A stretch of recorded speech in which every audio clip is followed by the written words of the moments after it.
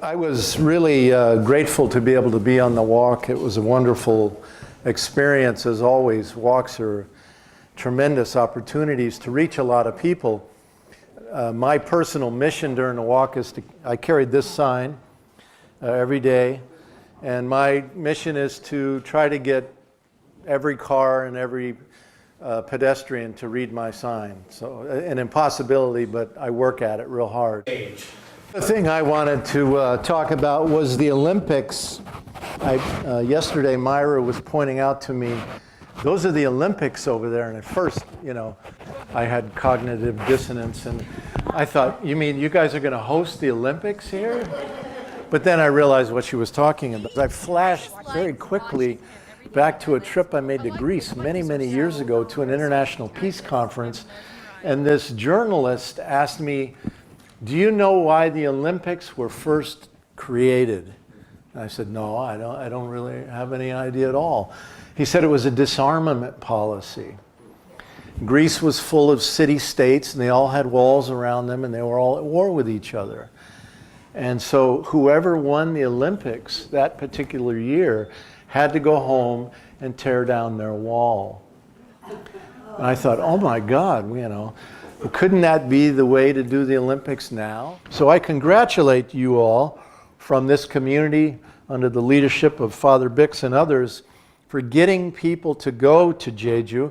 I think it's really important that people in your community begin to not only say, oh yeah, those submarines at Bangor, they have nuclear missiles on them, but it's important for them to begin to think about the people whose lives are affected when these things are ported in various places.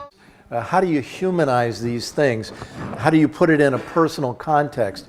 So I think support of people on Jeju is vital in that sense.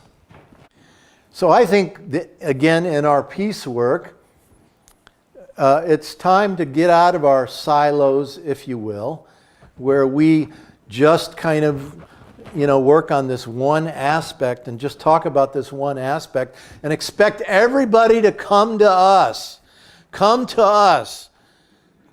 It doesn't work that way. People, especially the poor and the marginalized, the growing numbers of unemployed, are increasingly going to need solidarity as their programs are cut to move the money into the military-industrial complex. And so I think it's incumbent on all of us to begin to make these connections, to talk about where this money is going, all right, and how these cuts are related to this military-industrial complex. Imagine standing out in front of the Social Security office, handing out a leaflet that talks about the cuts and talks about the cost overruns and the cost needed for the modernization of the Trident program. Let me ask you this question. What's the number one industrial export product of America today? Weapons. That's right. And when weapons are your number one industrial export product, what is your global marketing strategy for that product line? And what does it say about the soul of our nation? What does it say about us as a people when we have to have endless war in order to provide workers with jobs so they can feed their families? In my community in Bath, 5,500 people work at Bath Iron Works. What does it say about us as a nation? University of Massachusetts at Amherst Economics Department has done the definitive study about military spending as the very worst way to create jobs. The very worst way, because it's capital intensive. And that in fact, if we were to invest in healthcare, education, building schools, training teachers and nurses, you name it, doing anything, building rail systems, we would create in every single case more jobs. In fact, if we would build rail, we would virtually double the number of jobs that we presently get at a place like Bath Iron Works. And building rail and solar and wind, we would in fact begin to maybe slightly help deal with the coming ravages of climate change. And so for me, it's a win-win strategy. It does something that we need to do. It links us to the labor movement, more jobs. It links us to the environment and climate change movement.